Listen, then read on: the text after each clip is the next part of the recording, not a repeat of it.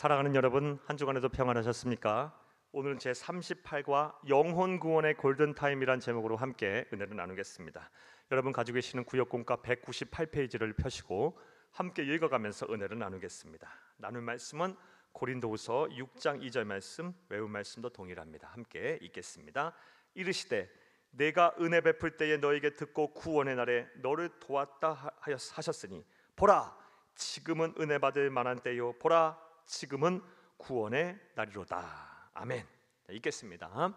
사고나 질병 발생 후 제대로 된 치료를 받고 생명을 연장하기 위하여 골든타임을 지키는 것이 매우 중요하듯이 성경은 우리 영혼이 구원을 받는 데에도 골든타임이 있다고 말합니다.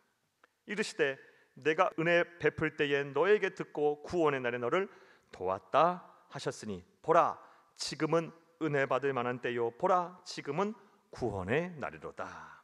성령의 감동을 받은 사도 바울은 우리에게 분명하게 말하고 있습니다. 주칩니다. 영혼 구원의 골든타임은 바로 지금이라는 것입니다. 지금 동그라미 쳐놓습니다. 자, 그 이유는 먼저 주시고 1번 합니다. 우리가 결코 내일을 장담할 수가 없기 때문입니다. 너는 내일을 자랑하지 말라. 하루 동안에 무슨 일이 일어났는지 네가 알 수가 없음이니라. 잠언 27장 1절 말씀입니다. 지금 우리가 살아있다고는 하나 내일도 살아 숨쉴 것이라고 장담할 수 있는 사람은 아무도 없습니다. 그래서 야고보서 4장 14절에서는 우리의 생명이 잠깐 보이다가 없어지는 안개와 같다고 합니다. 이처럼 우리의 인생의 내일을 장담할 수 없는 아침 안개와 같기에 지금이 바로 예수님을 그리스도로 영접하지 않아 영원한 사망에 이를 사람들을 구원해야 할 골든타임인 것입니다. 자, 또 다른 이유는 주치면서 2번 합니다.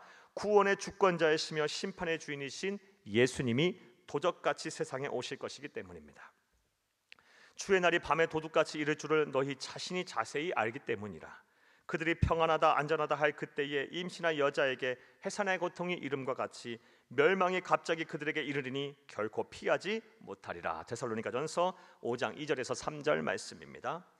그때에 예수 믿기를 미뤄온 사람들은 심판을 피하지 못하고 지옥의 불못에서 영원토록 고통을 당하게 될 것입니다. 또한 그들의 요구에 편승하여 영혼 구원을 미루던 사람들도 예수님이 다시 오셔서 심판하실 때 책망을 받게 될 것입니다. 그러므로 우리는 지금 현재가 영혼 구원의 골든타임을 알고 무엇보다 우선하여 전도해야 합니다. 자, 사랑하는 여러분, 영혼 구원의 골든타임은 지금입니다. 그리고 그 지금인 이유는 그 누구도 내일 일을 장담할 수 없기 때문입니다. 나아가서 우리 주님께서 도적같이 세상에 오실 것이기 때문입니다. 하지만 많은 분들이 이 사실을 알면서 영혼 구원을 미루고 있는 것이 현실입니다. 여러 가지 이유가 있겠지만 가장 큰 이유는 다른 사람의 영혼에 대해 무관심하기 때문입니다. 자, 무관심 동그라미 칩니다. 우리가 기억해야 할 것은 주시겠습니다. 구원의 주권자이며 심판장이신 예수님께서 영혼 구원에 무관심한 태도를 미워하시며 책망하신다라는 것입니다. 자, 이것을 잘 알 수 있는 말씀이 바로 누가복음 10장의 선한 사마리아인의 비유입니다. 선한 사마리아인의 비유 동그라미 쳐놓습니다. 누가복음 10장 29절에 보면 한 율법 교사가 자신이 베푼 선행을 자랑하고자 누가 친절하고 선한 이웃인지 예수님에게 물었습니다. 그때 예수님께서는 다음 같은 이야기를 비유로서 말씀하셨습니다. 예루살렘은 해발 700m에 자리 잡고 있는 도시이고 여리고는 사해 인근에 위치한 해발 고도가 마이너스 250m로 세계에서 가장 낮은 곳에 위치한 도시입니다. 하지만 여리고와 예루살렘의 거리는 얼마 되지 않았습니다. 이러한 급진적인 고도 차이 때문에 경사가 많고 지형이 험준하여 성서 시대에는 수시로 강도가 출몰했습니다. 그런데 한 유대인이 혼자서 그 길을 가다가 그만 강도를 만났습니다. 옷감이 귀하던 시절이라 강도는 그 사람이 입고 있던 옷까지 벗겨갖고 죽기 직전까지 두들겨 팼습니다. 그는 빈사 상태로 쓰러졌고 누군가 도와주지 않으면 죽을 상황이었습니다. 그때 마침 제사장이 그 길을 지나가게 되었습니다. 신음소리가 나서 보니 피투성이가 된 사람이 옷이 벗겨진 채 누워 있었습니다. 그런데 누가복음 10장 31절에 보면 피하여 지나갔다, 즉 도망갔다고 기록하고 있습니다. 얼마 후에 성전에서 제사장을 도와 봉사하던 레위인도 그 길을 지나가게 되었는데 그도 제사장과 똑같이 행동하였습니다. 그렇게 자타공인 하나님을 잘 섬긴다는 제사장과 레위인이 지나간 후에 당시 유대인들과 앙숙 관계였던 한 사마리아인이 강도 만난 사람을 보았습니다. 사마리아인은 그를 불쌍히 여겼고 도저히 그를 그냥 두고 갈 수 없어서 포도주와 기름을 꺼내 상처에 바르고 피를 닦는 등 응급 조치를 했습니다. 그리고 나귀에 태워 여관으로 데려가 밤새 간호했습니다. 다음날 아침 그 여관 주인에게 돈을 주며 환자를 부탁했고 만약 돈이 더 들면 돌아오는 길에 다시 계산하겠다고 말까지 했습니다. 이 이야기를 마친 후 예수님이 이렇게 물으셨습니다. 네 생각에 이 세 사람 중 강도 만난 자의 이웃이 누구냐?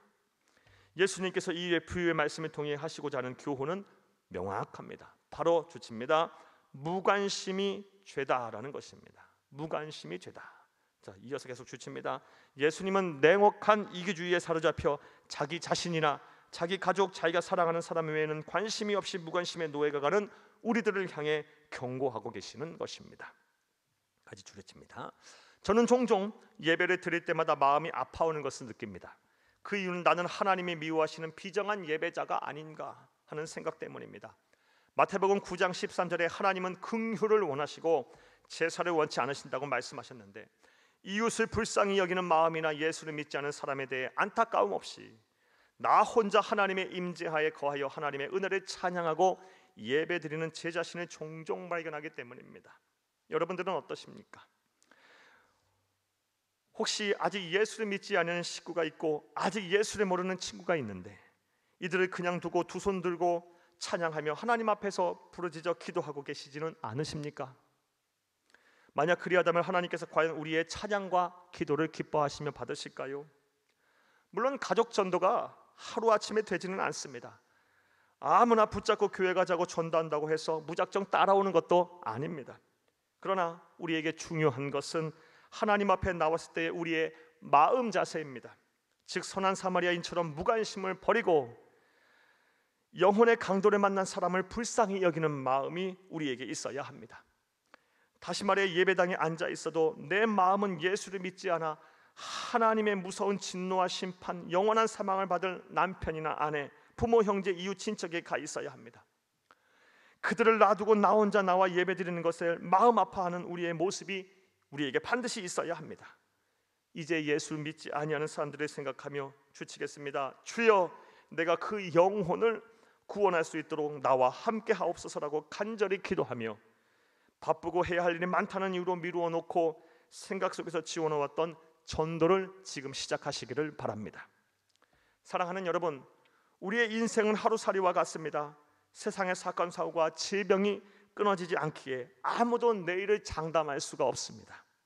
설령 그러한 어려움을 당하지 않는다 해도 시편 90편 10절에 보면 우리의 연수가 70이요 강건하여도 80이요라도 그 연수의 자랑은 수고와 슬픔뿐이요 신속기간이 우리가 날아가니이다 라고 전하고 있습니다. 그들을 향한 우리의 구원의 골든타임이 얼마 남지 않았습니다. 영혼 구원의 무관심은 죄입니다. 부디 우리 주 예수 그리스도의 명령대로 영혼 구원에 최선을 다하는 참된 예수님의 제자가 되시기를 간절히 주의 이름으로 축복합니다. 감사합니다. 자, 말씀과의 만남을 보겠습니다. 1번, 영혼 구원의 골든타임이 바로 지금인 이유가 무엇입니까? 오늘 말씀을 통해 우리는 두 가지를 말씀을 들었습니다. 첫 번째로 누구도 내일 일을 장담할 수 없기 때문입니다. 내일은 우리의 시간이 아닙니다. 하나님이 우리에게 주셔야 또 내일을 살 수 있는 것입니다. 그러하기에 지금 바로 영혼 구원해야 합니다. 또 다른 두 번째 이유는 우리 주 예수 그리스도께서 도적같이 세상에 오실 것이기 때문입니다. 구원의 주권자이자 심판장이신 하나님이신 예수님께서 갑자기 도적같이 오셨을 때 예수를 믿지 않은 자들은 영원한 사망에 이르게 될 것입니다. 돌이킬 수 없는 심판을 받아 지옥 형벌을 받게 될 것입니다. 그러하기에 우리는 지금 바로 영혼 구원에 힘써야 합니다. 자, 2번 보겠습니다. 하나님은 영혼 구원에 무관심한 태도를 어떻게 생각하시나요? 미워하시고 책망하십니다. 무관심이 죄다라고 말씀하십니다. 이런 하나님의 말씀을 우리가 꼭 기억해야 할 줄로 믿습니다. 3번, 내 주변에 전도해야 할 사람이 누가 있는지 생각해보고 그 사람의 영혼을 구원하기 위해 함께 기도합시다. 사랑하는 여러분, 영혼 구원할 사람 우리 주변에 많이 있습니다. 먼저 그들의 이름을 작정하며 기도하시기를 시작하시기 바랍니다. 기도하신 이후에는 성령님이 주시는 용기를 가지고 지혜를 가지고 담대하게 찾아가 복음을 전하고 또 선물도 주고 또 초청도 하셔야 합니다. 예배 자리까지 초청을 반드시 하셔야 합니다. 사랑하는 여러분, 그런 다음엔 그 영혼이 전도한 사람이 예수 잘 믿고 또 우리와 같은 예수님의 제자가 될 때까지 잘 목양하고 돌봐야 합니다. 이러한 전도의 과정을 통해서 부디 여러분이 작정하시고 반드시 구원될 영혼들이 예수 믿고 구원받고 영생하기를, 우리와 같은 예수를 잘 믿는 또 다른 예수님의 제자가 되기를 간절히 주의 이름으로 축복합니다. 감사합니다.